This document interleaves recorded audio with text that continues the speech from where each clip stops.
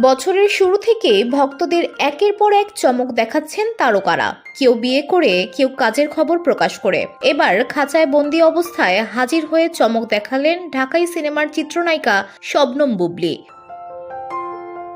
প্রকাশ পেয়েছে তার অভিনীত সিনেমার পিনিকের প্রথম পোস্টার। শনিবার নিজের ভেরিফাইড ফেসবুকে সিনেমাটির পোস্টার শেয়ার করেছেন বুবলী। সেখানে ভিন্ন এক লুকে দেখা গেছে অভিনেত্রীকে। সিনেমার পোস্টারে দেখা যায় স্কার্ফ দিয়ে আবৃত মাথা, চোখে রোদ চশমা আর মুখমণ্ডল খাঁচার ভেতরে বন্দি বুবলী। তার কাঁধ থেকে নিচের অংশ কালো পোশাকে ঢাকা, যা রহস্যময় আবহ তৈরি করেছে দর্শক মহলে।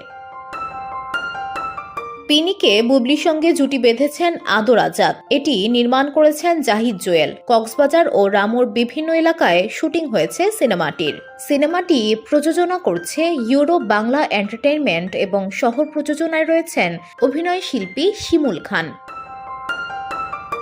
সবকিছু ঠিক থাকলে চলতি বছরের রোজার ঈদে মুক্তি পাওয়ার কথা রয়েছে সিনেমাটির। প্রসঙ্গত, পিনিক সিনেমায় আদর বুবলী ছাড়া আরও অভিনয় করেছেন আলী রাজ, ফজলুর রহমান বাবু, জয়িতা মহলান বিশ, আজাদ আবুল কামাল, মোমেনা চৌধুরী, মাসুম বাশার, সোমু চৌধুরী, শরীফ সিরাজ, একে আজাদ সেতু, নাজনীন শবনম, নাফিস আহমেদ বিন্দু সহ অনেকেই।